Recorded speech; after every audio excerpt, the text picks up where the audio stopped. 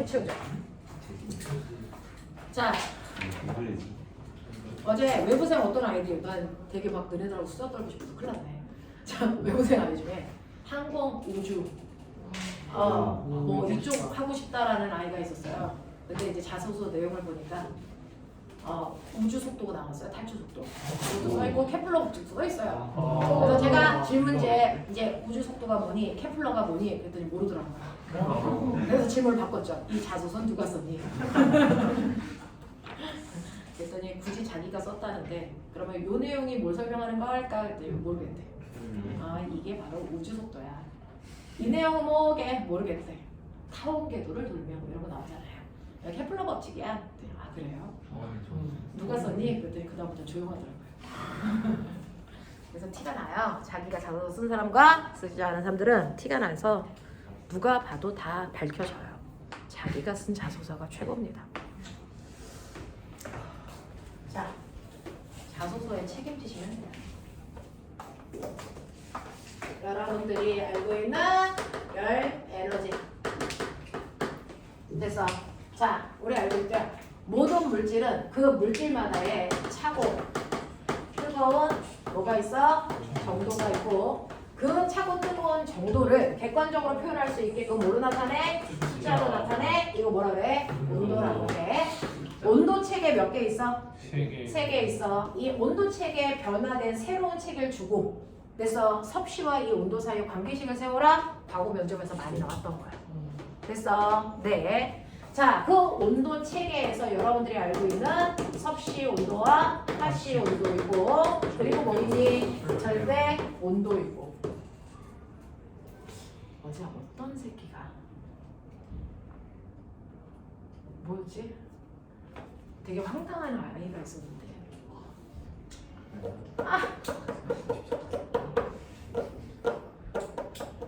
단위를 되게 계산하게 읽더라고요. 황당한 아이가 있었는데 아이씨 뭐였지? 다시 가서 봐야지.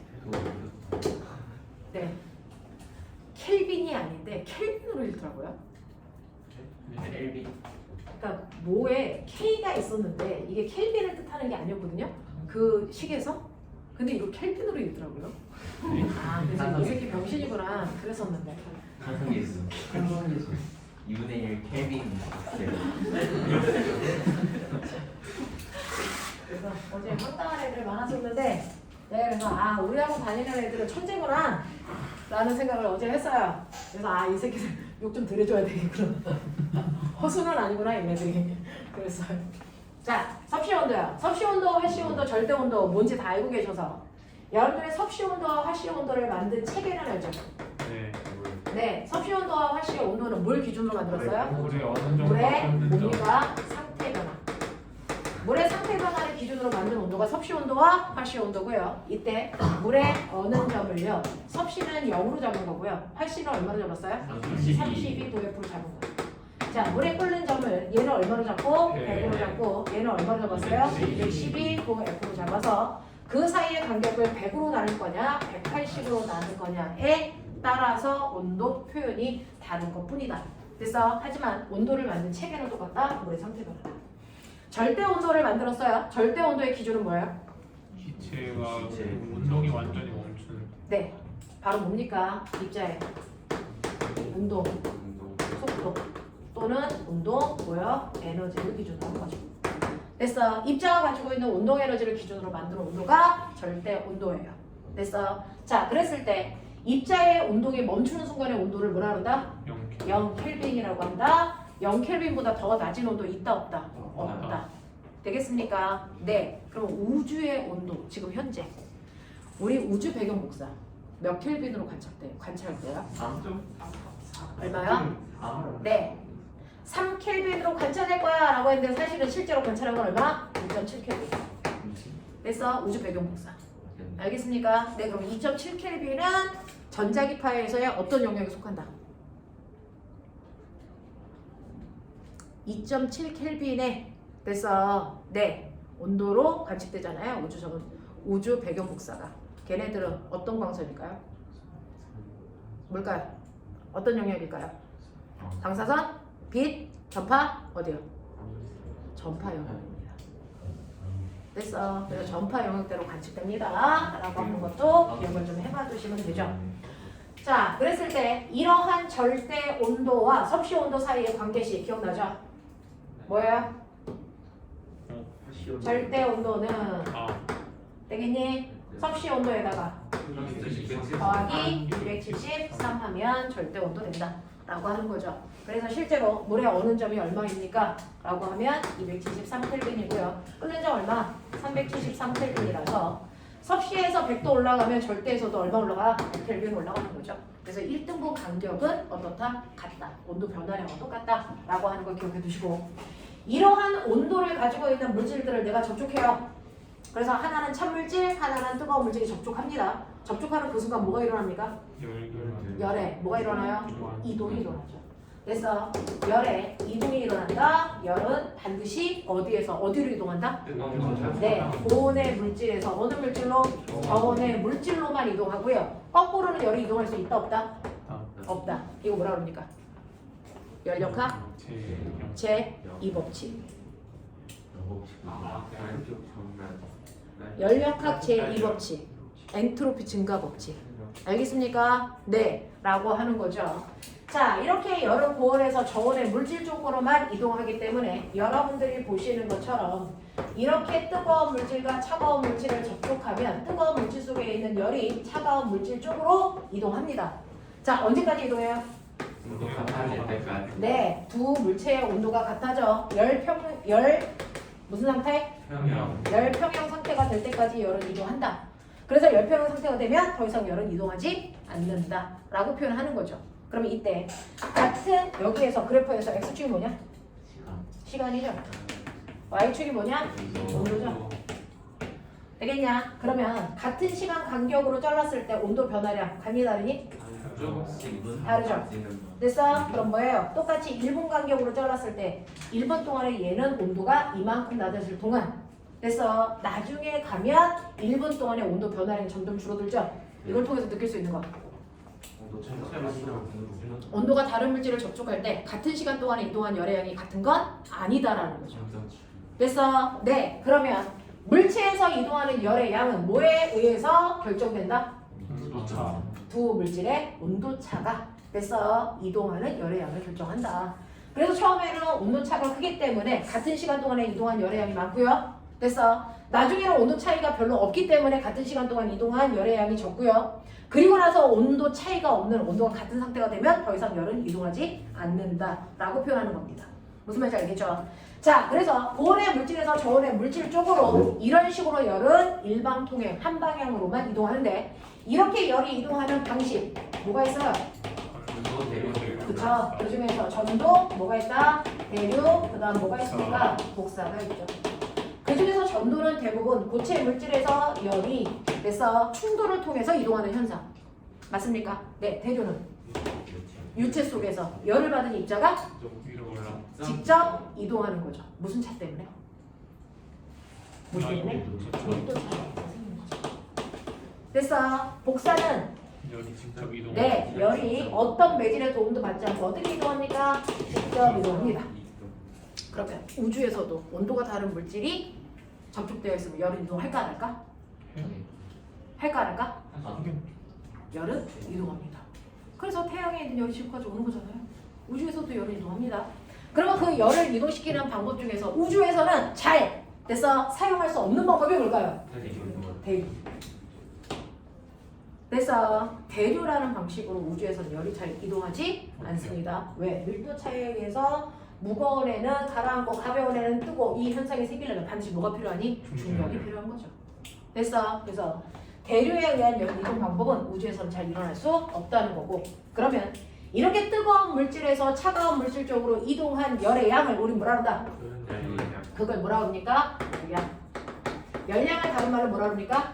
열 에너지. 같은 말. 됐어? 고온의 물질에서 저온의 물질 쪽으로 이동한 열의 양을 우리는 열량이라고 하고, 그걸 다른 말로 열 에너지라고 한다. 그러면 이 열량과 같이 Q는 시암타 이렇게 보면 되겠죠. 시암타. 됐어요? 오랜만이죠. Q는 시암타. 됐습니까? 그래서 고온의 물질이 잃은 열량과 저온의 물질이 얻은 열량의 크기는 뭐하다? 같다. 되겠습니까? 근데 이렇게 구하는 방법도 있고 열량을 구하는 방법에서 우리가 여기 INI에서 배운 적 있죠? 서로 다른 두 물질 이렇게 접촉시켜놔요. 이거 80도, 여기 20도, 접촉된 곳의 온도가 9도. 됐어? 여기서 여기까지 열이 오고 그리고 가는 거 아닙니까? 그랬을 때 요 가운데 온도 구할 때 열 전도율 이용해서 구했던 것도 기억나죠? 됐어? 이때 이동하는 열의 양은 두 물질의 온도 차가 클수록 여기가 T1, T2 그래서 온도 차가 클수록 열 이동량이 클 거야 라고 했고요. 또 접촉한 면의 면적. 그래서 네 면적이 넓을수록 이동한 열의 양이 클 거야 했고요. 또 뭡니까? 길이. 이 길이는 뭐 할수록 짧을 짧을수록 그래서 네 클 거야 라고 했고요. 또 시간. 네, 접촉한 시간이 길수록 클 거야 라고 했고요. 됐죠? 이 t는 시간의 t예요. 또요. 열을 이동시키는 능력. 뭐죠? 열 전도율. 클수록 클 거야. 이렇게도 구할 수 있었어요. 되겠어? 이런 식으로 해서 열이 물질의 고온에서 저온으로 이동한다. 자, 이렇게 이동할 때 드디어 나왔죠? 얘가 누구예요? 비열이죠. 됐어? 그래서 여러분들 비열이 뭡니까? 이렇게 나와요. 비열. 모든 물질 1g 또는 1kg을 됐어. 1도 높이는데 필요한 열량을 우리가 비열이라고 하는데 1g당이라고 하면 비열 단위가 뭐예요? 칼로리 per 그램 도시고요. 기억나요? 1kg으로 잡으면 뭐예요? 킬로칼로리 per 그램 도시죠. 근데 이렇게 칼로리로 계산하면 킬로그램 도시죠. 됐어? 근데 이렇게 킬로칼로리랑 칼로리로 표현을 하면 우리가 열 에너지가 아니고 열량으로 계산하니까. 그래서 에너지로 단위로 계산하기가 힘들어서 이 칼로리 단위를 뭘로 환산한다? 줄로 환산합니다. 됐어? 그럼 너네 기억나니? 1칼로리가 얼마의 일을 할 수 있는 능력을 가지고 있다? 4.2줄의 일을 할 수 있다는 걸 알아낸 사람 누구니? 줄이죠. 됐어? 네, 그래서 이거를 열의 일당량 또는 일의 열당량 이렇게 표현하죠. 되겠어? 네, 그래서 환산해서 표현할 수도 있습니다. 그러면 제가요 물어보죠. 물의 밀도는 얼마니? 4도씨에서 2. 물의 밀도 얼마니? 4도씨에서 2. 물의 비율은 얼마니? 1이요. 물의 밀도 얼마예요? 요번에 우리 여기 같은 공간에 있는 아이 중에 한 명이 물의 밀도를 가지고 자소서를 썼어요. 물의 밀도와 다른 아이들의 밀도를 비교하는 걸로 썼는데 문제가 발생했어요. 물의 밀도 얼마? 온도에 따라서 1이라고 놓고 썼어요. 근데 온도가 4도가 아니었어요. 이제 문제가 발생한 거죠. 한 명 제낀 건가? 그래서 거기에 맞는 대안을 설정해서 답하자라고 말씀을 드렸죠. 얘기를 했죠. 그래서 물의 밀도가 항상 1이라는 환상을 깨자. 됐어? 네. 자, 이런 것들도 좀 기억해 두시면 되고요. 그 다음에 비열 때문에 나타나는 현상 뭐 있어요? 해류풍 대절풍. 네. 비열 때문에 나타나는 대표적인 거. 됐어? 같은 열 에너지를 받더라도 온도가 올라가는 속도차 때문에 한쪽은 뜨겁고 한쪽은 차가워서 생기는 현상이잖아요. 되겠어? 그래서 비열차에서 생기는 대표적인 게 뭐가 있니? 해류풍이 있고 뭐가 있니? 대절풍이 있고 하나 더 쓴 다음에 뭐가 있니? 상고풍이 있고 알아듣는 얘기죠? 됐어요? 자, 그 중에서 해류풍 낮에 해수. 낮에는 됐어? 비열이 낮은 모래 쪽이 이거 뜨거워요. 고온이고요. 비열이 높은 물 쪽이 저온이 되죠. 그러면은 열 평형 때문에 여기 있는 공기도 저온이죠. 그러면 차가운 공기의 밀도가 맞아요. 크죠. 맞아요. 됐어? 그래서 무슨 기를 만듭니까? 하강기를 만드니까 아래쪽에 공기 입자들이 빽빽하게 모이겠죠. 그럼 그 공기 입자들이 땅을 누르는 압력이 뭐 할까요? 세겠죠. 그래서 무슨 기압이 만들어져요? 고기압이 만들어지죠. 그래서 온도와 기압이 반대인 것이죠. 저온이기 때문에 무슨 기압? 고기압. 고온이 되면 공기도 뜨거워져요. 공기가 뜨거워지면 부피가 뭐합니까? 팽창. 부피가 팽창해지면 밀도는 뭐해집니까? 작아지죠. 그래서 가벼운 공기가 돼요. 그래서 얘는 무슨 기류? 상승 기류. 그럼 바닥에 있는 공기의 밀도가 뭐해지니? 작아지지. 그러니까 땅바닥을 누르는 힘이 뭐해지니? 작아지죠. 그래서 무슨 기압이 되니? 저기압이 되죠. 됐어. 그래서 얘는 비열차에 의해서 기압 차이가 생겨서 순환하는 됐어. 해류풍이 생기는 거죠. 그 중에서 사람이 느끼는 바람은 됐죠. 공기가 수직으로 움직이는 건 기류, 수평으로 움직이는 게 뭐야? 바람. 그 중에서 사람이 느끼는 건 위에 있는 공기의 흐름이 아니고 아래에 있는 공기의 흐름이기 때문에 이게 바로 바람의 방향이 된다. 됐습니까? 자, 그랬을 때 꼬맹아, 서풍이라고 하고 무슨 말이니? 한국말로 부끄러워하지 마. 어차피 지금 알면 돼. 서쪽에서 서풍이 무슨 말이니? 바람이 서쪽에서 어디로 분다는 얘기야? 동쪽으로 분다는 얘기지. 그래서 서풍은 바람이 시작된 쪽을 풍향으로 얘기하는 거야. 그래서 얘는 서쪽에서 어느 쪽으로 불고 있어요? 동쪽으로 불고 있어요. 이 뜻이에요. 서쪽으로. 됐어? 그럼 얘는 바람이 어디서 시작됐어요? 바다. 바다에서 시작했죠. 그래서 낮 동안에 부는 바람을 뭐라고 합니까? 네, 바다에서 불어요. 태풍이라고 하죠. 그래서 요번에 주말 구슬에서 나왔던 열기구 문제. 편서풍. 어떻게 이걸 타고 갈 거라는 상상을 그렇게 창의롭게 할 수 있니? 열기구가 이걸 타고 갈 정도면 거기 있는 사람들은 일단 죽이고 보는 거야? 이거 타고 간다고 그런 게 보편적이야. 열기구의 높이가 그렇게 막 2km, 3km까지 올라가잖아. 그죠? 너무 창의롭게 애들이 해가지고 막 이거 타고 왔어요. 그래서 우리가 한동안 고민에 빠진 적이 있어요. 이 아이들을 어떻게 하면 좋지? 그냥 놔두면 올라가는 건 맞아요. 하지만 우리가 얘기하는 열기구라고 하는 관광을 위해서 사람들이 타는 거잖아. 라디오 존대도 아니잖아. 그래서 네, 이럴 때는 태풍을 타고 가니까 바다에서 육지로 간다. 이게 이렇게 얘기하는 게 맞겠죠, 민호야. 자, 이제 이게 봐. 그러면 열리고 바다에서만 뛰어요? 낮에 타면 바다에서 뛰는 게 맞겠죠. 해풍을 타고 가는 게 맞겠죠. 그래서 로빈슨 크루스 그 새끼가 문과라서 탈출을 못한 거죠. 그 새끼가 이과였으면 탈출을 하고도 남았어. 이과 애들은 됐어. 네, 돛담배 딱 만들어서 언제 띄워야 돼? 밤에 띄워야 돼. 육풍 타고 나와야죠. 됐어? 낮에 그거 타고 나온다고 생각하는 건 문과이기 때문에 가능한 일이야. 이과 애들은 됐어. 낮에 나오진 않아. 말이 안 돼. 알겠습니까? 이렇게 되는 거죠. 우리나라 자체가 해안가인 거 아시죠? 반도국가잖아요. 그래서 낮과 똑같은 계절이 언제예요? 여름이에요. 그래서 여름에 바다 쪽이 시원하고 육지 쪽이 뜨겁기 때문에 그래서 바람이 시원한 데서 뜨거운 쪽으로 이렇게 불죠. 그래서 여름철에 부는 바람이 뭡니까? 남동 계절풍. 그래서 겨울철에 부는 바람이 거꾸로 육풍에 해당되는 뭡니까? 북서계절풍이 부는 이유도 바로 비열차 때문이다. 알겠습니까? 네. 그래서 선생님이 늘 얘기합니다. 비열이 큰 물질은 똑같은 열을 받더라도 온도가 잘 변한다, 안 변한다? 안 변한다. 그리고요. 자, 여러분 상태 변화 그래프를 잘 분석할 수 있다. 내가 쓴 게 아니고 내가 선생님들이 쓰신 거야. 이렇게 그려지죠. 상태 변화 그래프를 잘 분석할 수 있으니까 그렇게 해보도록 하자. 상태 변화 그래프를 보면 알 수 있는 게 뭡니까? 녹는 점, 끓는 점. 그럼 내가 물어봤죠.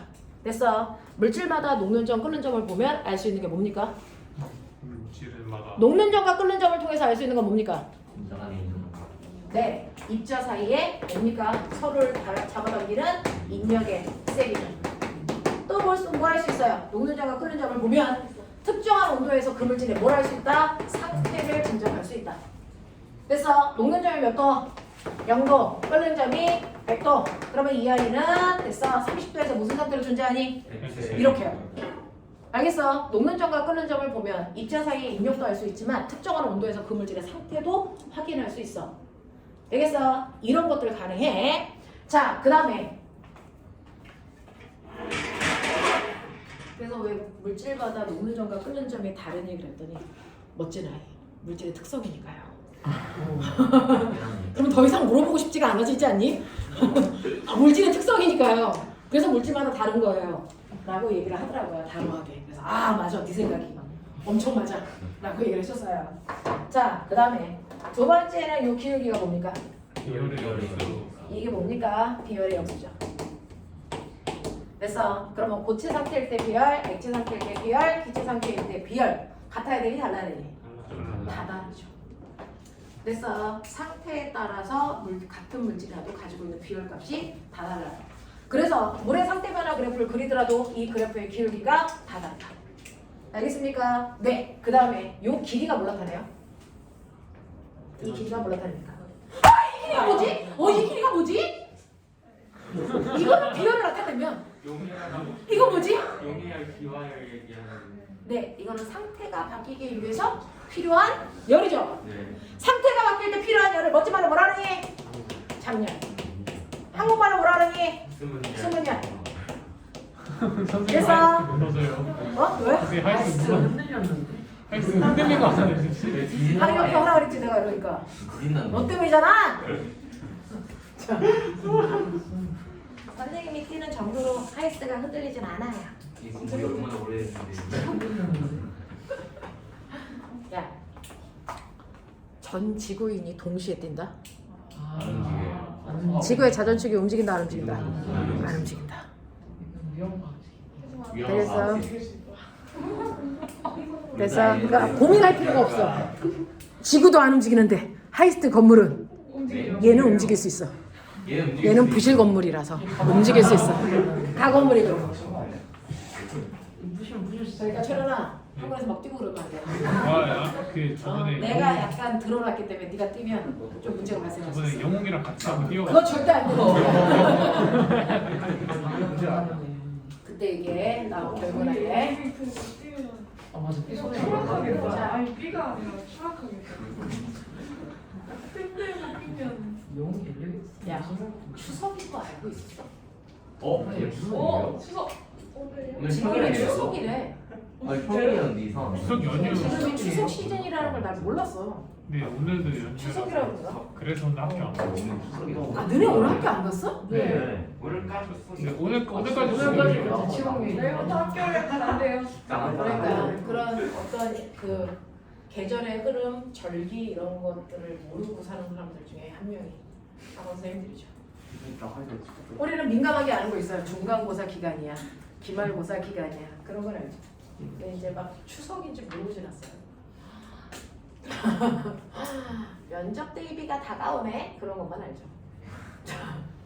그러면 꼬매가 우리가 얘기하는 잔열 중에 융해열, 이 융해열과 반드시 같아야 되는 게 뭐니? 뭐니? 뭐예요? 아 네. 기와열. 네. 네, 그럼 반드시 같아야 되는 게 뭐니? 액화열. 어떤 애가 융해열을 줬는데 응고열이 없어서 문제를 못 푼다고 그러더라고. 아, 그래서 와, 이 문제 잘못 나왔네. 못 푸는 문제가 맞아. 라고 얘기했고 좀 해줬거든요. 저는 아이들 의견을 수렴합니다. 못 푼다고 뭐 못 풀어야죠. 못 풀어요. 되겠죠? 근데 꼬매가 융해열이 100이래. 무슨 말이야? 융해열이 100이라고 하면 얼음이 있어요. 네.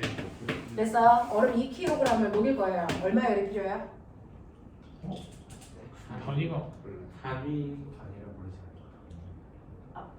우리 기본적으로 융해열, 응고열, 액화열은 얼마를 합니까?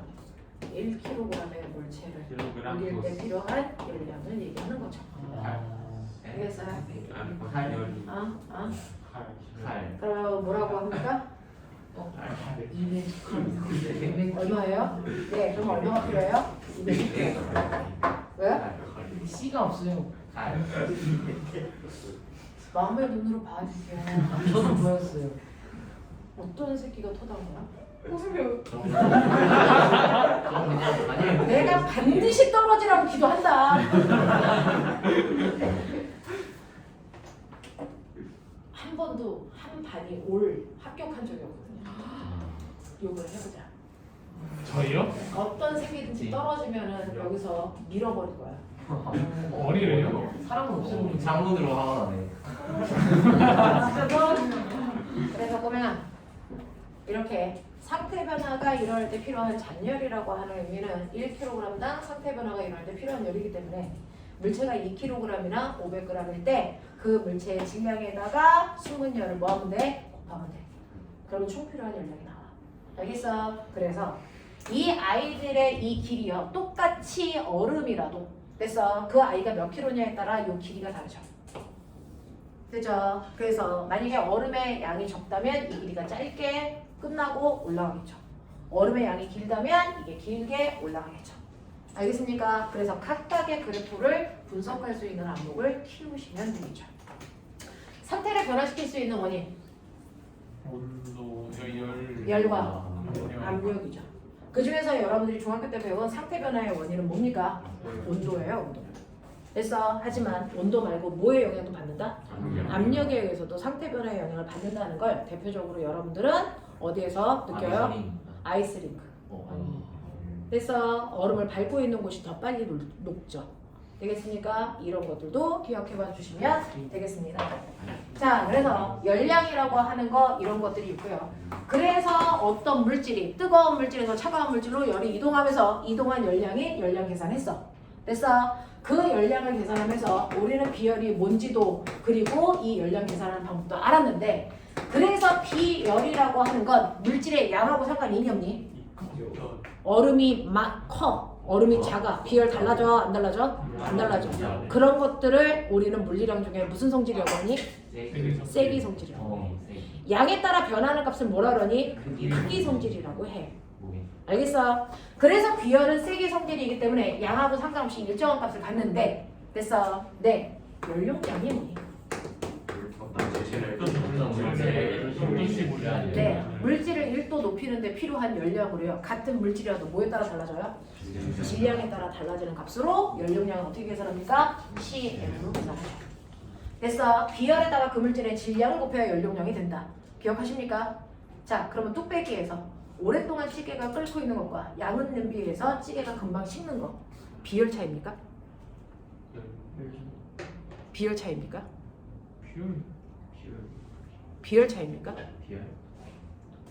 뚝배기에서 찌개가 오랫동안 끓고 있고 양은 냄비에서 찌개가 금방 식는 게 비열 차이입니까? 열전도율도 있잖아요. 건숙구 싸우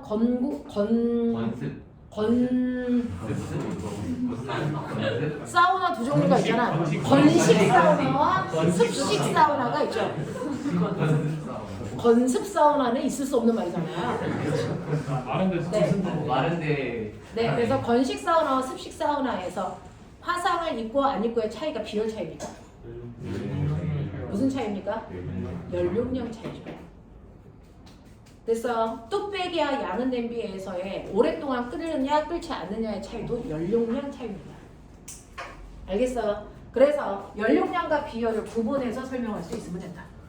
연료량과 비열은 구분해서 설명하자. 얘는 세기 성질이고 얘는 무슨 성질이다? 크기 성질이다. 질량에 따라 달라지는 것이다. 알겠습니까? 네, 이렇게 되는 거예요. 라고 하는 것도 기억을 좀 해봐 두시면 되고 그러면 이렇게 해서 어떤 물질이 일방적으로 열을 받았어. 열을 받으면 어떤 일이 발생할까? 라고 하는 거죠. 되겠어? 자, 이런 식으로 어떤 물질이 열을 받게 되면 열을 받은 물질들 안에 있는 입자의 운동, 속도는 뭐해지니? 활발해지죠? 선생님이 하나만 얘기할게요. 기체 분자의 기체의 부피 변화의 원인은 뭡니까? 기체 부피 변화의 원인. 온도와 압력. 네, 온도와 뭡니까? 압력이죠. 그러면 온도를 높여, 압력을 높여 이럴 때 그 안에 있는 입자의 변화를 잘 설명할 수 있다고 되게 선생님이 얘기하셨어. 자소서에 쓰지 아니 생기부에 쓰지 말아야 될 단어들을 막 여러 개를 쓰시더라. 그래서 네, 그래서 입자의 변화를 잘 설명하더라. 윤지야, 은비야, 너무 편안하게 졸고 계신다. 자, 졸려면 살짝 일어나. 이렇게 기체들의 부피를 변화시키는 원인은 온도와 압력이야. 그러니까 온도를 높이면 부피가 커져. 압력을 낮추면 부피가 커져. 이거 다 알아. 보일시아의 법칙이라는 것도 알아. 거기에 해당되는 실예도 들어보라니까 다 들어. 알겠어? 네. 그렇다면 이때 온도를 높여서 입자의 변화 설명해봐. 입자 사이, 입자의 운동 활발해지는 입자 사이. 온도를 높이면 입자의 운동 속도가 뭐해지니? 활발해져서 충돌 횟수가 뭐해지니? 증가해서 됐어? 충돌을 많이 하게 되니까 부피가 뭐해져? 증가하면 충돌 횟수는 다시 뭐해지니? 감소해지는 거지. 이런 변화가 일어나. 알겠어? 이게 중학교 1학년 교과서에 그림으로 그려져 있어. 피스톤 안에 있는 입자의 변화 그려져 있어. 알겠냐? 자, 압력을 내가 크게 했어. 압력을 크게 해. 분자 운동 속도 이게 일정. 왜냐하면 분자의 운동 속도를 결정하는 건 뭐니까 이거는 온도니까. 됐어? 내부 에너지의 변화가 없잖아. 됐죠? 운동 속도 일정해. 운동 속도가 일정한데 압력을 크게 하니까. 됐어? 입자와 입자 사이의 거리가 뭐해지니? 거리가 좁아지지. 그럼 충돌 횟수 어떻게 되니? 이게 증가해.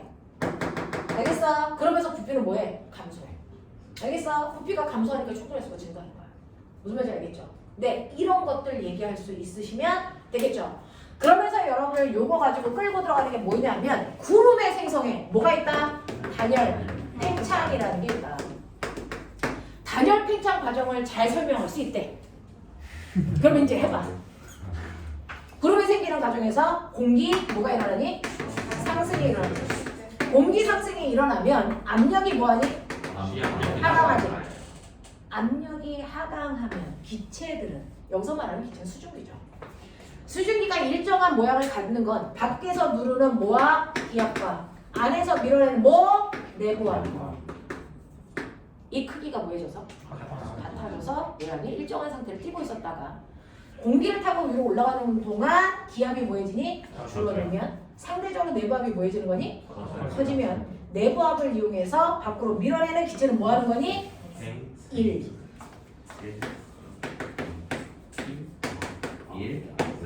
일을 하는 거죠. 됐어? 일을 하는데 순식간에 올라가니까 외부에서의 열의 공급이 있니 없니? 없어요. 단열이잖아요. 열의 공급은 없어. 맞아? 근데 일을 했대. 그러면 내부 에너지가 뭐 해야 되니? 감소하죠. 그래서 온도가 뭐 한다고? 하강한다. 이 얘기야. 그래서 얘가 이렇게 압력이 감소해서 부피가 커진다라는 이 뜻이 바로 기체가 뭐 했다? 일했다? 우리가 배웠잖아. 연력학 몇 법칙? 제1법칙. 그래서 부피가 커지는 와중에 기체가 가지고 있는 내부 에너지를 사용하니까 반드시 온도가 뭐야 된다? 하강한다. 너네가 중학교 2학년 때 바로 연력학 제1법칙을 배운 거야. 알겠어? 연력학 제1법칙은 사실 중학교 때 배우고 그 과정을 얘기한 거야. 그래서 온도가 하강해. 그래서 하강하다 어디까지 하강합니까? 어디까지? 이슬점까지 하강해서 포화 상태가 되는 온도를 우리가 뭐라 한다? 이슬점. 그래서 이슬점에 도달하면 드디어 아이가 이슬이 맺히는 거죠. 구름이 생성된다. 이렇게 해서 구름이 생기는 과정을 단열 팽창 연력하고 설명했어. 알겠냐? 자, 그럼 구름이 생기기 위한 방법. 그러면 어떨 때 생긴다? 무조건 상승만 시키면 나머지 일은 됐어? 연쇄적으로 일어나는 거야. 알겠어? 공기만 상승시키면 되죠? 공기를 상승시킬 수 있는 경우 네 가지. 지면은 그런가요? 산타고 공기가 올라갈 때 한 군데만 강하게 지정했을 때 지표면에 불균등 가열. 알겠습니까? 찬 공기와 더운 공기가 만나면 무조건 무슨 공기가? 찬 공기가 더운 공기를 밀어 올려. 알겠어? 그래서 구름이 생겨. 또 저기압 중심. 알겠어? 이때 구름이 생기는 거죠. 그러면 찬 공기가 더운 공기를 무조건 밀어 올리는데 올리는 속도가 케이스 바이 케이스겠죠. 빠를 수도 있고 느릴 수도 있겠죠. 밀어 올리는 더운 공기를 상승시키는 속도가 빠르다. 구름의 모양이 달라져. 뭐냐? 저군형. 수직으로 발달한 저군형의 구름이 생겨요. 됐죠? 그 중에서 초기 그 저군형의 초기 모습이 저군. 이 멍청이들아. 저군형은 그 수직으로 발달한 구름들을 합쳐서 저군형이라고 하는 거죠. 그 중에서 초기에 수직으로 발달한 구름을 뭐라 그래? 저군. 이게 발달하면 적라눔. 그때 소나기.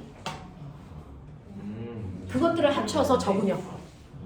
더럽게 무식한 새끼들. 어디서 고개는 그렇게 고장나는 인형처럼 끄덕이는 수가 있는지 모르겠다. 됐죠? 더운 공기 상승하는 속도가 느려. 그럼 어떻게 되니? 네, 수평으로 발달한 구름이 생겨요. 자, 수평으로 발달한 구름들을 싸잡아 뭐라 그런다? 충운형. 알겠어? 난충운, 건충운, 뭐 이런 거 있죠? 건충운, 뭐 이런 거 있잖아요. 걔네들 합해서 다 충운형. 됐어? 이 충운형의 구름은 무슨 전선? 무슨 전선? 온난전선에서 발달하죠. 그 중에서 가장 높은 곳에서 생긴 충운형의 이름이? 야, 구름의 높이에 따라 앞에 붙는 적도가 다르죠. 가장 높은 곳에 뭐 붙여? 권자 이 새끼야. 그 다음에 뭐 붙냐? 고자. 그 다음 뭐 붙냐? 난자. 높이 나타나는 거야. 그러면요, 실제로요, 여러분들은 모양에 따른 분류만 배운 거야 지금은. 하지만 높이에 따른 분류도 있어요. 됐어? 그래서 구름은 8개로 나눠요. 알겠니? 높이와 모양에 따라 8개로 구분합니다. 그 중에서 모양에 따른 분류만 배운 거고, 이 모양을 결정하는 건 더운 공기의 상승 속도다. 알겠어? 그거에 따라서 모양이 결정되는데, 저근형의 구름이 발달하는 거 무슨 전선? 한냉전선. 한냉전선은 이동 속도가 뭐하니까? 빠르니까. 온난전선은 이동 속도가 뭐하니까? 느리니까. 되겠어? 이렇게 되는 거죠. 자, 그래서 이런 식으로 구름이 생기는 과정을 연력학으로 설명할 수가 있더라 라고 하는 거죠. 자, 그래서 이런 식으로 아이들이 열을 받으면 그 열을 받은 아이들의 입자는 반드시 운동 속도가 뭐해진다? 빨라진다. 그럼 운동 속도가 빨라지면 어떤 일이 발생한다? 입자와 입자 간의 거리는 반드시 멀어져야 된다. 알겠어? 열 받은 아이는 운동 속도가 무조건 빨라져요. 그게 고체이든 액체이든 기체이든 무조건입니다. 케이스 바이 케이스라는 건 없어. 입자 사이의 거리가 무조건 입자의 운동이 활발해지니까 입자 사이의 거리가 무조건 멀어지는데, 그러면 나타나는 현상, 입자 사이의 거리가 멀어지면 어떤 일이 일어납니까? 피가 팽창이. 열 팽창이 일어나죠. 그 열 팽창이 길이 팽창으로 나타날 수도 있고 부피 팽창으로 나타날 수도 있습니다. 맞아요. 네. 그래서 반드시 열 받은 아이들은 열 팽창이 일어난다라는 거예요. 그 열 팽창률이 뭐에 의해서 달라지니? 첫 번째 상태에 따라 달라져요. 그쵸? 같은 물질이라도 그게 무슨 상태일 때, 기체 상태일 때 열 팽창이 액체나 고체일 때보다는 더 잘 일어나요. 알겠어? 또 그 물질의 원래 량이요. 실제로요, 집에 있는 철사를 뜨겁게 하면 열 팽창이 잘 느껴지니? 아니잖아. 근데 철로가 뜨거워지면 열 팽창이 되는 정도가 눈에 보여요. 그러니까 감기를 걸리지 않으면 철로가 휘는 거죠. 그래서 원래 크기가 얼마냐에 따라 열 팽창 정도가 달라지는 거야. 그래서 보면 해수면이 뭔데? 높아지죠. 상승한대. 왜 상승한대? 바닥에서 지구가 뜨거우니까. 됐어? 지구가 뜨거워져서 열 팽창에 의해서 해수면이 뭐한대? 상승한대. 근데 사실은 지구의 온도가 올라가 봤자, 됐어? 앞으로 10년 후에 지구의 온도가 5도? 3도? 이 정도밖에 안 올라간다잖아. 됐어? 그러면 에어컨 조금 온도 더 내리면 되잖아. 그렇네. 근데 이게 문제가 된대. 에어컨을 많이 왜? 틀어서 양이 너무 라고 하면 문제가 뭐예요? 바닷물 양이 바닷물의 양이 어마어마하기 때문이에요. 그래서 실제로 여러분들이 알고 있는 북극의 얼음은 녹아봤자 의미가 없죠. 근데 남극의 얼음이 녹는 만큼 바닷물의 양이 늘어나는 거죠. 그래서 그게 늘어나봤자 실제로 높이 변화는 3cm도 안 돼요. 근데 해수면 상승은 3m 가까이 일어날 거라는 거잖아요. 그래서 저위도에 저 지대에 있는 육지가 다 가라앉을 거라는 거잖아요. 일본이 없어질 거라는 얘기잖아요. 그래서 이렇게 얘기하면 별로 안타깝지 않잖아요.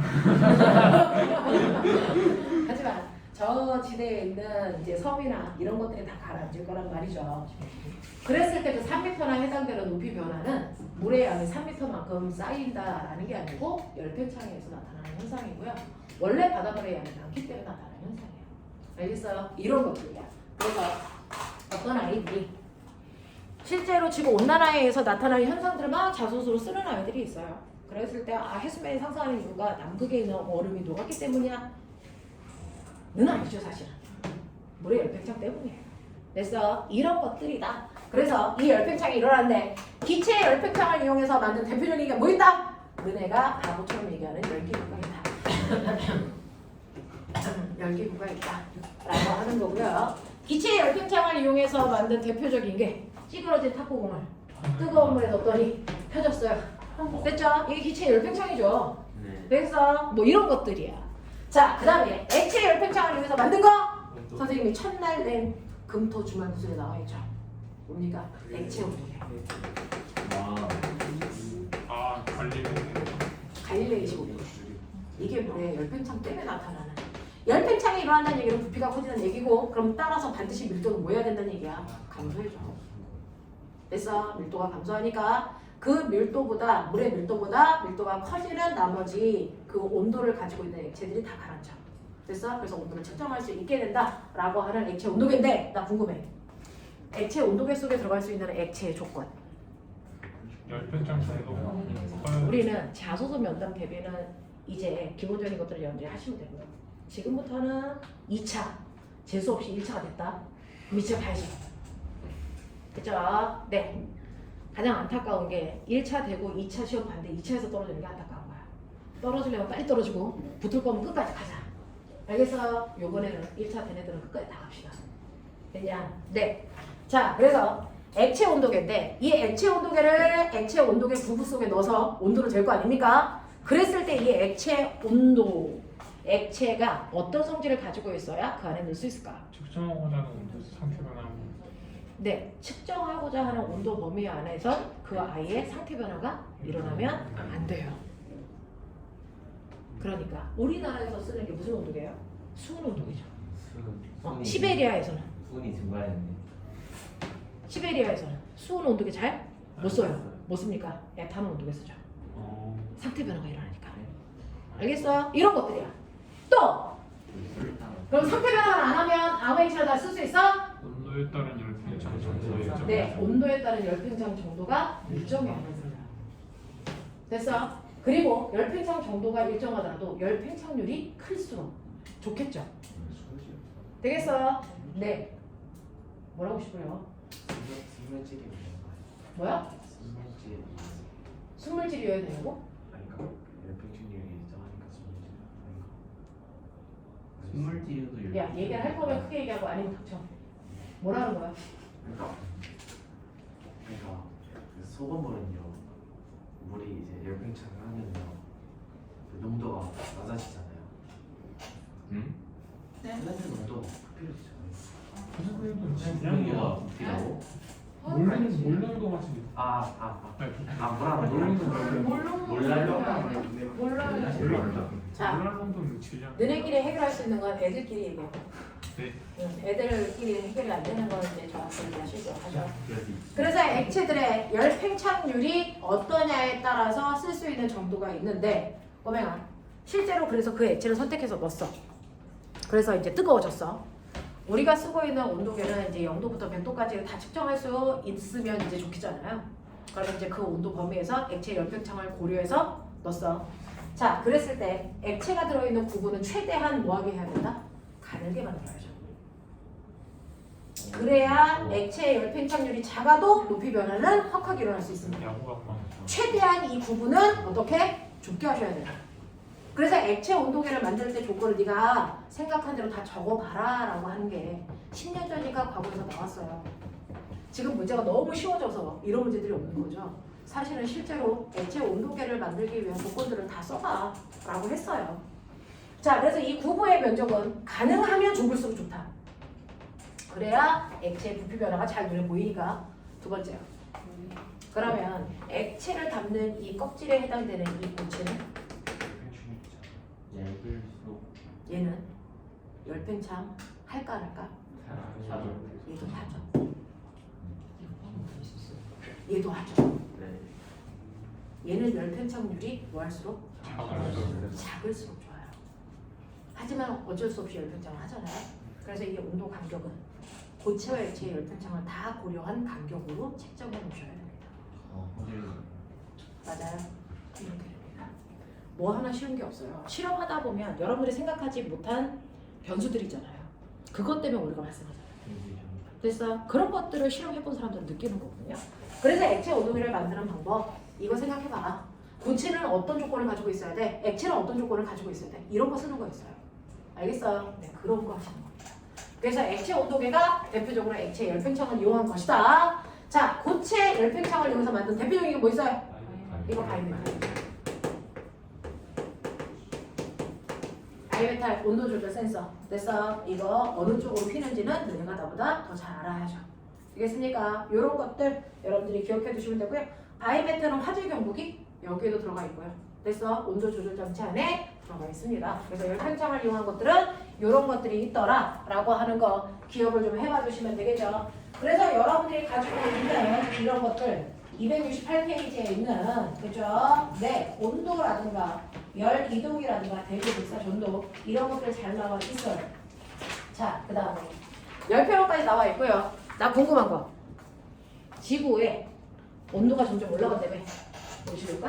지구 온난화? 지구 온난화를 일으키는 대표적인 기체 뭐 있어요? 수증기, 이산화탄소, 메테인 뭐 이런 거 있죠? 자, 얘네들을 온실가스라고 우리가 합니다. 자, 그럼 얘네들이 많아지면 왜 지구는 뜨거워지니? 그랬을 때 지구의 온도 변화 그래프는 어떻게 달라지니? 됐어. 지구에서의 온도 변화 그래프는 어떻게 달라지니? 그러는데 우리는 지구 무슨 상태? 복사 평형 상태. 지구 복사 평형 상태 그래프 어떻게 그려져?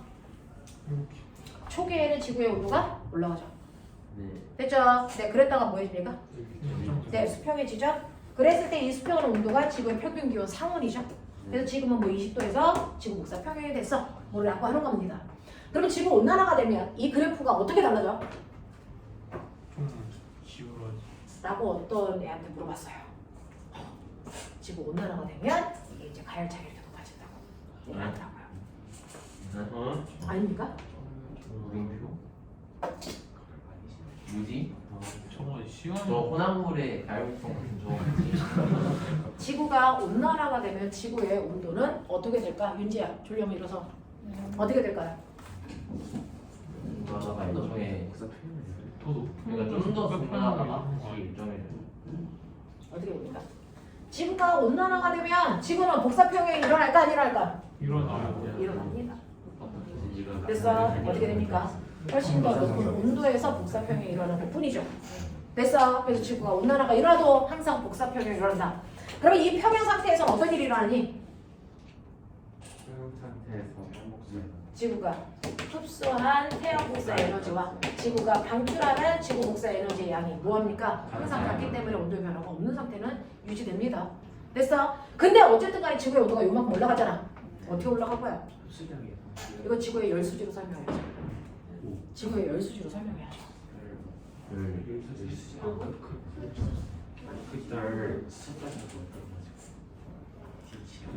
지구의 열수지는 뭐예요? 태양에서 태양 복사 에너지가 복사의 형태로 오기 때문에 태양 복사 에너지죠. 그래서 이거를 지구가 흡수하는 거죠. 자, 지구가 흡수할 때 지구의 대기권을 뚫지 못하고 튕겨 나가는 아이가 있겠죠. 이걸 우리 뭐라 그래요? 방출입니까? 반사입니까? 반사입니다. 그래서 실제로 지구를 향해서 태양 복사 에너지가 100% 향해서 오다가 그 중에서 지구에 들어왔을 때 지구로 들어오지 못하고 밖으로 나가는 반사돼서 나가는 양이 얼마입니까? 30%고요. 그렇다면 거꾸로 얘기하면 지구에서 흡수한 양이 얼마나 됩니까? 70% 이렇게 숫자로 나타내는 걸 우리는 뭐라 그런다? 이걸 열수지라고 합니다. 됐어요? 지구의 열수지예요. 자, 그랬을 때 지구의 대기에서 흡수한 게 얼마나? 20%. 그래서 지표에서 흡수한 게 얼마나? 50%. 그러면 태양에서 온 건 대기를 먼저 걸쳤는데 대기에서 왜 더 많이 흡수되지 않고 지표에서 더 많이 흡수될까?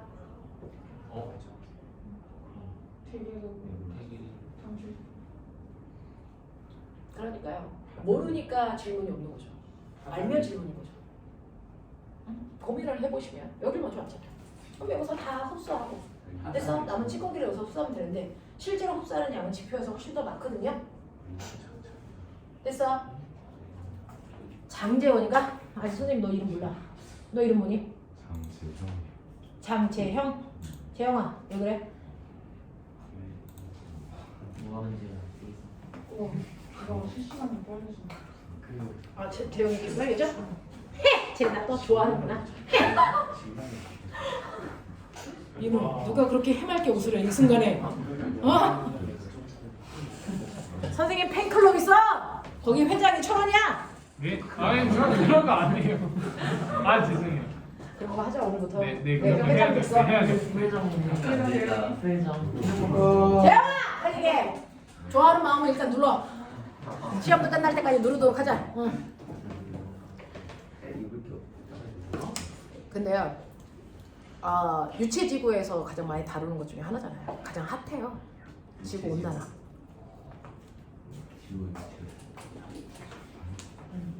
자, 그래서 보면 이렇게 지구에서 흡수하는 상황들을 여러분들이 보시면 대기를 먼저 거치거든요. 근데 실제로 지구, 태양 복사 에너지가 올 때요, 얘네들이 오는 전자기파의 형태가 다 다르겠죠. 여러 가지 에너지가 와요. 그 중에서 방사선 형태로 오는 아이도 있고, 그 다음에 뭘로 와요? 빛이라는 형태로 오는 아이들도 있고, 그 빛 중에서 자외선의 형태로 오는 아이도 있고, 그 다음 뭡니까? 가시광선과 적외선 또는 전파의 형태로 오는 아이도 있단 말이에요. 대략적으로 그냥 문자로 잘라버리면 방사선 형태로 오는 아이들이 대략 30%라서 이게 지구의 전리층을 뚫을 수 있다 없다? 없어요. 그래서 반사돼서 나가는 거고, 이 지구의 전리층이라고 하는, 됐어? 이걸 다른 말로 뭐라 그러냐? 자기장. 지구의 자기장. 그래서 이거를 뚫지 못하고 밖으로 나가는 게 고에너지 물질이야. 지구의 자기장이 없으면 저게 들어와. 저 방사선은 뭐야? 핵이 터질 때 나오는 감마선이야. 저게 그냥 들어오면 지구에 생명체가 살 수 있니 없니? 그러면 골디락스 존을 만드는 조건은 뭐야? 자기장이 형성되어 있어야 돼. 그래서 너네가 우주로 갈 때 안녕하세요 해. 그래서 너네가 우주로 갈 때 우주복을 입어야 되는 이유. 그렇게 천체 물리학자들 우주 뭐 연구하는 아이들 자 우주복을 입어야 되는 이유. 숨 쉬려고요. 지랄하고 앉아있다. 그럴 거면 우주복을 왜 뭐하러 입니? 산소 호흡기끼지. 너무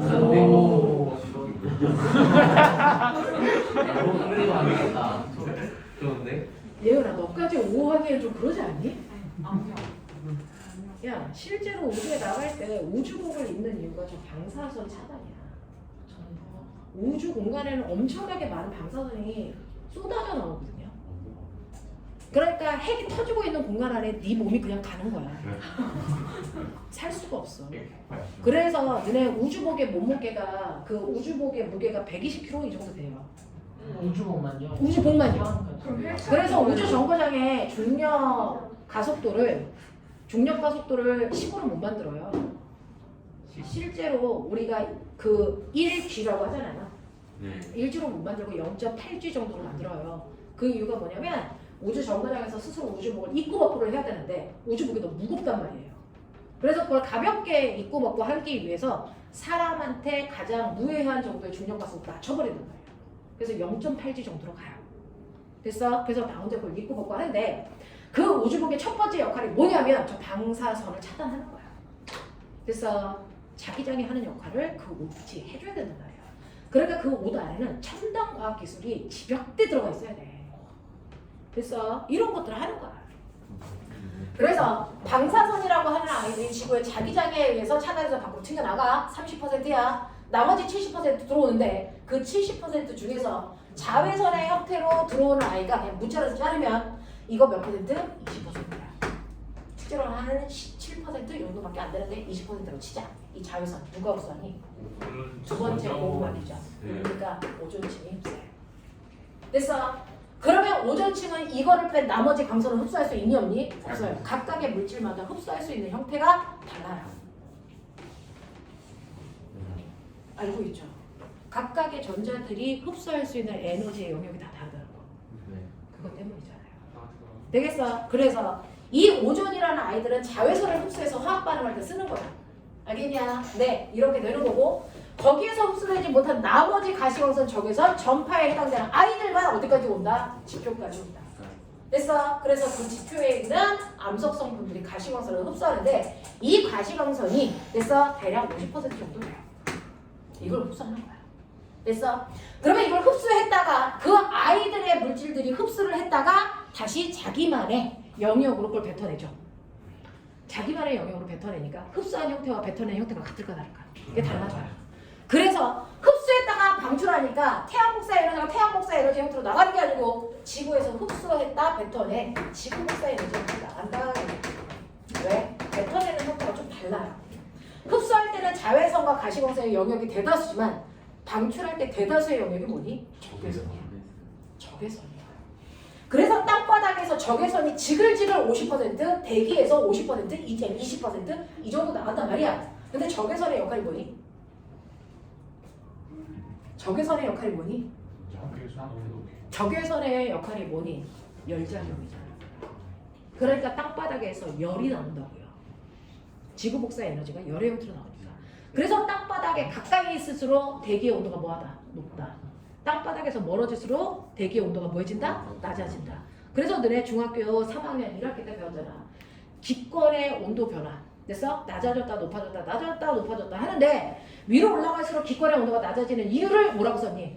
지구 복사 에너지가 감소하기 때문이에요. 그러니까 대기의 온도를 높이는 건 태양 복사 에너지가 아니고 누구다? 지구 복사 에너지다. 그걸 중학교 교과서에서는 어떤 실험을 했냐? 그 복사 편형 실험. 실험은 안 했겠지. 실험 장치가 그림에 있지. 아이고 컵에다가 맞아. 그 복사 편형. 여기에 이렇게 돼서 태양 대신에 뭐 있니? 백열전구 있죠. 그리고 여기에 검은판이 이렇게 있고요. 그 검은판에 온도계가 가까이, 중간, 멀리 이렇게 되어 있는 온도계의 위치가 다르게 되어 있는 탐구 내용이 교과서에 있어. 그랬을 때 기억, 니은, 디귿 중에 누가 더 뜨겁니 이거야. 어떤 게 더 뜨거울 거냐? 네, 니은이 제일 뜨거워요. 그래서 백열전구에서 앞에다가 이렇게 차가운 물을 이렇게 놓고요. 저 백열전구에서 나오는 열은 다 필터링을 걸러내고 빛만 온다. 가시광선 온다. 그랬다가 여기에 검게칠한 판이 이걸 흡수했다가 뭐하니? 방출하는 거야. 이게 지표면의 역할을 하는 거야. 그러면 여기서 나갈 때는 뭐야? 적외선의 형태로 나가. 그러니까 가장 뜨거운 게 누구야? 얘야. 그 다음 이거야. 그 다음 이거야. 알겠습니까? 이거를 실험했다. 됐니? 그래서 이런 식으로 지구에서 나갈 때는 적외선의 형태로 주로 나가. 주로. 그래서 땅바닥이랑 가까운 공기가 뜨거운 거고 멀리 갈수록 차가운 거고. 됐어? 그래서 이렇게 방출을 하는데 문제는 아까는 적외선을 흡수할 수 있는 공기들이 별로 없어서 걔네들을 거의 흡수 못하고 그냥 지표로 보냈다가 여기서 다시 나갈 때 그 공기들이 몇몇의 적외선을 흡수했다가 다시 지표로 보내지. 그랬다가 다시 나가지. 근데 이 그래프 기억나니? 되겠니? 그러면 이때 적외선을 흡수할 수 있는 기체 그걸 뭐라 하니? 그게 온실가스야. 그게 온실가스야. 그래서 오존이라는 건 자외선을 흡수하는 거지만 여러분들이 얘기한 수증기라든가 이산화탄소라든가 메테인은 적외선을 흡수해요. 그래서 태양에서 오는 자외선은 17%고 태양에서 오는 적외선은 약 3% 정도 돼요. 그래서 합쳐서 20%를 대기가 흡수한다 그래요. 됐어? 네, 이렇게 했다가 여기에서 지구에서 가시광선을 흡수했다 내뱉을 때 이게 적외선의 형태로 나가니까 그동안 3% 흡수했던 아이들이 지구에서 나오는 3%의 적외선을 한 번 더 흡수했다가 지표로 재방출했다가 다시 나가는 거거든요. 근데 여기에서 적외선을 흡수하는 기체들의 양이 뭐합니까? 늘어나요. 그러면 얘가 흡수할 수 있는 양이 3%가 아니고 13%가 된다. 이게 13%가 흡수해서 그냥 밖으로 내보내면 되는데 이게 반드시 지표로 뭐 한다고? 재방출했다가 나간다고. 그래서 이렇게 온실가스들이 지표로 재방출하는 이 양이 점점 뭐하면 늘어나면 이것 때문에 지구가 한 번 더 데워진다. 이것 때문에 지구가 뭐해진다고? 뜨거워지는 거라고. 알겠습니까? 네. 그래서 이런 식으로 온실가스가 많아지면 그래서 대기가 지표면으로 재방출되는 양이 많아지기 때문에 지구의 온도가 올라가는 거죠. 그럼에도 불구하고 복사평형은 일어나는 거죠. 알겠습니까? 네, 이렇게 됐다라고 하는 거 기억해봐 두시면 되겠죠. 그래서 지구의 온난화에 의해서 열팽창이 일어날 때 열팽창이 일어나서 해수면이 상승되는 원인들도 정확하게 기억해 보고요. 이런 식의 내용들이 들어있더라라고 하는 얘기였어요. 자, 그 다음에 여러분들이 그 다음 거에서 기억해 두셔야 되는 게 뭐가 있냐면 자, 277페이지에 보시면 거기에서 지금 설명한 것처럼 비열과 연료량 구분할 수 있으면 좋겠다 라고 얘기했어요. 그래서 비열과 연료량 구분하면 좋겠어 라고 하면서 비열 옆에는 해류풍 그림 나와 있어요. 그 다음에 상고풍이 뭔지는 알아요? 중학교 교과서 개편되면서 상고풍이 빠졌어요.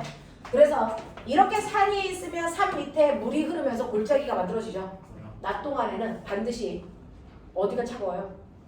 육지야 바다야? 물. 바다잖아요. 물쪽이 차갑잖아요. 그래서 낮에는 여기 있는 골짜기의 물이 시원하고 산 위가 따뜻해요. 그래서 바람이 이렇게 불어요. 이걸 뭐라고 해요? 대풍. 밤이 되면 거꾸로 바람이 이렇게 내려와요. 이거 뭐라고 해요? 산풍. 그래서 합쳐서 산풍. 이것도 비열 차이에서 생긴 바람이에요. 되겠어? 그런 것도 기억해 두시면 되고요. 그 다음에 넘겨보시면 여러분들 여러 가지 물질들의 비열 이렇게 나와 있습니다. 그래서 우리가 물의 비열을 일로 놓고 계산하지만 사실은 온도에 따라서 이 비열도 달라진다라고 하는 것도 기억을 좀 해봐 주시면 되고요. 그 다음에 여기에서 여러분들이 기억하셔야 되는 거 이러한 열도 일할 수 있는 능력을 가지고 있다. 열이 일할 수 있는 능력을 뭐라 그런다? 에너지. 그거를 우리가 열에너지 또는 열량이라고 했던 것 뿐이다. 그러면 열이 어떠한 일을 얼마만큼 할 수 있는지를 얘기한 게 바로 뭡니까? 열역학이죠. 됐어. 열역학 제 뭡니까? 0법칙 있죠? 열역학 제 0법칙 있고 열역학 제 1법칙 있고 열역학 제 2법칙이 있는 거죠. 물리에서는 이렇게 가르쳐줘요. 자, 실제 정확한 용어는 이거예요. 근데 그냥 선생님이 그 옆에다가 수식어를 좀 적어드리는 것 뿐이지 이거는 정식 용어가 아니라는 거죠. 그래서 열역학체의 영법칙은 선생님은 뭐라 그런다? 열평형법칙이라고 하지 이 단어는 없어요. A와 B의 온도가 같고 B와 C의 온도가 같다면 따라서 어떤 일이 발생한다? A와 C의 온도는 반드시 같아야 된다. 이게 열역학체의 영법칙이죠. 되겠습니까? 네. 그 다음에 열역학 제1법칙이 열, 에너지, 보존법칙이라고 선생님이 한 거예요. 그래서 이거 정식 용어 있어 없어? 이런 거 없어요. 열, 에너지, 보존법칙입니다. 열, 에너지, 보존법칙이 여러분들이 아시는 것처럼 외부에서 받은 열량이 내부의 에너지를 변화시키고 일하는 데 쓴다. 이 얘기죠. 알겠습니까? 네. 그래서 이걸로 우리가 뭘 설명한다? 단열 공식을 설명할 수 있다. 되겠냐? 네, 이렇게 되는 거고 열역학 제2법칙 이게 뭡니까? 네, 이게 엔트로피 법칙입니다. 됐어? 네, 열 이동 방향에 해당되는 법칙이죠. 열은 항상 어디에서 고온의 물질에서 저온의 물질 쪽으로만 이동한다. 거꾸로 갈 수 없다. 그게 바로 엔트로피가 증가하는 방향이기 때문이다 라고 하는 겁니다. 자, 그러면서 여러분들이 가지고 있는 278페이지죠. 278페이지 맨 위에 있는 줄의 실험장치 보시면 에너지 전환 그림 보죠? 줄의 실험장치는 무슨 에너지가? 역학적인. 무슨 에너지가? 추가 가지고 있는 위치 에너지가 됐어? 프로펠러의 무슨 에너지로 바뀌어? 운동 에너지로 바뀌어. 그래서 얘가 프로펠러가 돌면서 물과 마찰에 의해서 무슨 에너지가 발생해? 열 에너지가 발생해. 됐어? 그래서 얼마만큼의 위치 에너지가 얼마만큼의 열 에너지를 만들 수 있냐? 요걸 계산해서 결론적으로 됐어? 4.2줄이 얼마의 열을 만들어낼 수 있다? 1칼로리의 열을 만들어낼 수 있다라는 걸 알아내는 게 줄의 실험장치였다라고 하는 거 기억해 두시면 되죠. 넘어갈게요.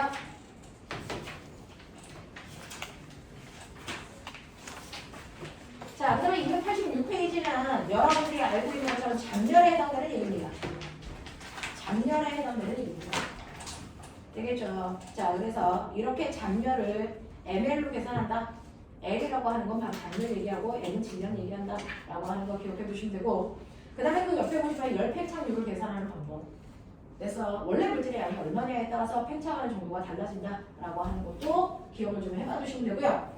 이러한 열 팽창에 대해서 위배되는 아이가 있죠? 당연히 누구겠어요? 물이겠죠. 열 받으면 부피가 커져야 되는데 물은 몇 도부터 몇 도까지만 물이니?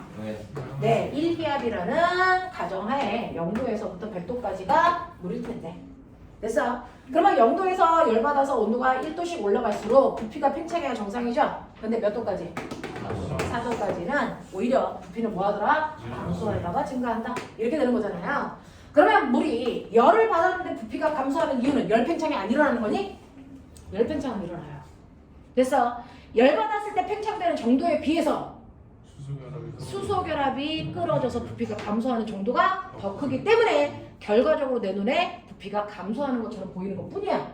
열 팽창은 일어나. 예외는 없어. 알겠어? 네. 그래서 물은 0도부터 4도까지는 온도가 올라갈수록 부피가 감소한다. 되겠어? 이것 때문에 밀도는 어떻게 된다? 밀도는 거꾸로 이렇게 되겠죠. 이것 때문에 나타나는 현상. 호수에 있는 물은 항상 위부터 온다. 그래서 물속에서 생명체가 살 수 있다. 아니면 물고기. 아래서부터 얼면요. 얼음이 점점 자라면서 물고기가 다 위로 올라오겠죠. 그러면 배꼽 아저씨는 앉아서 그냥 밥 먹으면 돼요. 식사하시면 되죠. 자, 그러면 얼음이 상상해봐. 아래서부터 올 때 물속에 있는 생태계가 어떤 변화가 일어날까? 얼음이 아래서부터 올 때와 위부터 올 때의 차이점이 뭐야? 아래로 완전히 땅바닥 나가는 영도에 물이 땅바닥에 있으면 땅바닥부터 걸어야죠. 그러면 낚시하시는 분들이 겨울만 기다리지 않을까? 그렇죠. 우리 천연이도 겨울철을 하고 다니지 않아. 거기 앉아 있어. 얼음 낚시 이런 거 필요 없죠. 그냥 하면 되죠. 근데 이제 그거 이제 인간의 입장에서고요. 생태계의 입장에서 보면 만약에 물의 밀도 변화가 저렇게 되지 않으면 물 속에서는 생명체가 살 수가 없어요. 한겨울에도 생명체가 물 속에서 살죠. 왜? 물은 비율도 큰데다가 위에서 얼음이 무슨 효과를 하냐면 보온 효과를 해요. 단열. 그래서 더 이상 물의 온도가 떨어지지 않게끔 해주는 거예요. 근데 얼음이 밑에서 얼면 그런 역할을 할 수 있니 없니? 없어요. 끊임없이 온도 떨어져. 알겠어? 그래서 물이 가지고 있는 이 구간에서의 물의 특징이 생명체가 물속에서 살 수 있게끔 해주는 특징이야. 알겠냐? 이런 것들을 조사해서 쓰는 아이들도 되게 많아요. 알겠지? 그래서 물의 특별한 성질까지도 여러분들이 좀 기억해 주시면 좋을 것 같고요. 점점 눈동자 떨어진다. 수업 시간에 졸기만 해. 나 기도빨 좀 받아.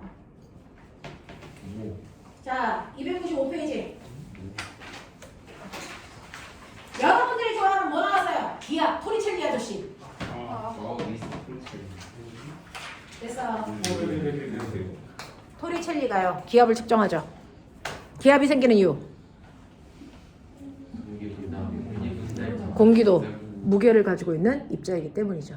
그래서 중력이 잡아당기기 때문에 누르는 힘이 생기는 거예요. 됐어. 기압은 어느 방향으로 작용하니?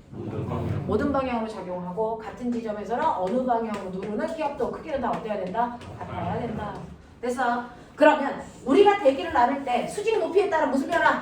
기온 변화에 따라서 대기를 나누죠. 그렇게도 나누지만 사실은 수직 높이에 따른 기압 변화로도 나눌 수가 있겠죠. 기압이 어떻게 됩니까? 이렇게 되죠. 됐어. 네. 그래서 아래쪽으로 갈수록 기압은 뭐 해주고요? 커져요. 여기가 높이고요. 됐어. 전체 공기의 80% 어디에 있다? 대륙권에 있다. 알겠어? 그러니까 대륙권을 벗어나려고 그렇게 발버둥 치시면 죽여버려요. 알겠습니까? 열기구 타고 2km 이상 올라가니까 병신입니다. 요즘 많이 입었잖아. 그래서 네. 그러니까 비행기를 타도 아무 자리나 창문이 열리진 않아.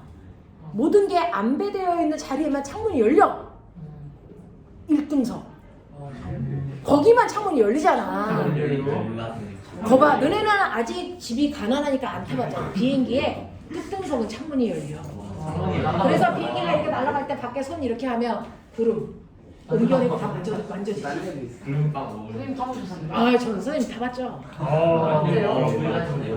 비행기 날개도 살짝 앉아보고 사진도 한번 셀카 찍어보고. 잠깐만 끊어드릴 테니까 밥 먹고 나서 하죠.